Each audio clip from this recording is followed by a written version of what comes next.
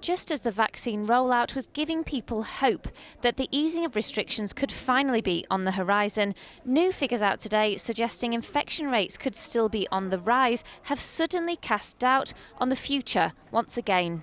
And tonight, the Home Secretary responded with tougher measures for rule breakers in England.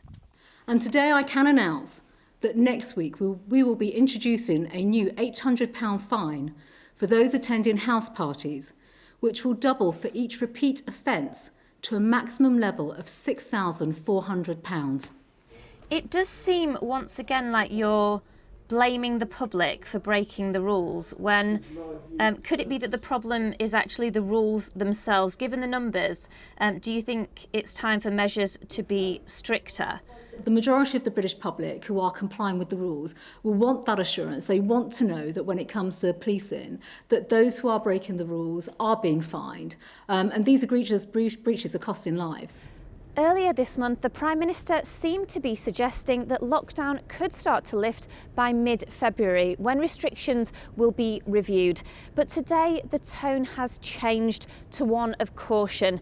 When asked this morning, the Prime Minister couldn't even say whether it will be spring or summer when things start to get back to normal. And on schools reopening, the Education Secretary couldn't put a date on that either, saying only that he hopes it will happen before Easter. And that caution carried through to the House of Commons, with the former Health Secretary calling for immediate action. If we're going to bring down the horrific death rates that we're now seeing, should we not be securing our borders with quarantine hotels, ending household mixing outside bubbles, and following Germany in mandating FFP2 masks in shops and on public transport to give better protection to wearers? But on the other side of the lockdown debate, there are more than 50 Conservative MPs who are losing patience. And tonight they've called again for a plan for removing restrictions. In Northern Ireland, though, they've already gone further, extending their lockdown. The Executive has agreed that the current restrictions will be extended for a further 4 weeks until the 5th of March 2021.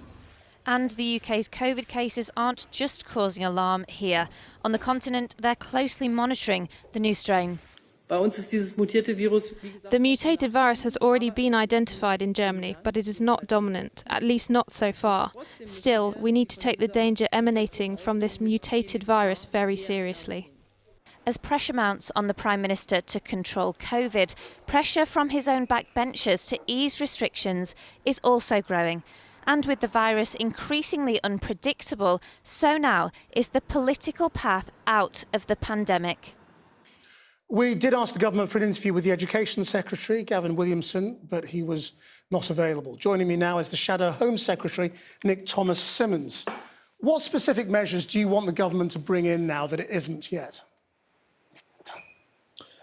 Well, the one concern, Christian, I do have and have had for some time is certainly around workplaces. I do think that there are situations where people could be working from home and they feel in some way pressured into work. I think there's also an issue around inspection of workplaces, given the cuts that have happened to the Health and Safety Executive over many, many years by this government. So clearly there are issues, but at the same time, now is not the time for complacency. The vast majority of the British public are making extraordinary sacrifices. They are sticking to the rules, continuing to stick to the rules now. The government must fulfil its side of the bargain, make sure, firstly, its messaging is clear, and secondly, the vaccine is rolled out as quickly and as fairly as possible. Right, but are there any measures to tighten lockdown that you want to bring in or to increase the quarantine measures that the government hasn't done yet? Well, as I've just mentioned, I think there is far more action to be taken in relation to workplaces. That so too many people are going to work? Easing the situation on public transport as well. We've also spoken in the past about the fact that, for example, nurseries remain open. I mean, there's two examples. But should they be shut? The point I return. Just to be clear, should nurseries be shut? We've already questioned that issue around nurseries, but the point that I'm coming to is this. We are in a situation now where we have measures in place, different measures across the United Kingdom. The important thing now is that we continue to comply with those rules, but at the same time that the government is supporting people as well, which is absolutely essential. Right. What about quarantine? Do you support this idea of an enforced hotel quarantine like Australia? If the government were to come forward with a proposal on that, I'd of course look at it constructively. But I am extremely concerned with the chaotic way that decision making is being made on quarantine. It took until the 8th of June last year to even introduce it. I'm asking you what your policy would be. Can you just tell me, do you support that or not?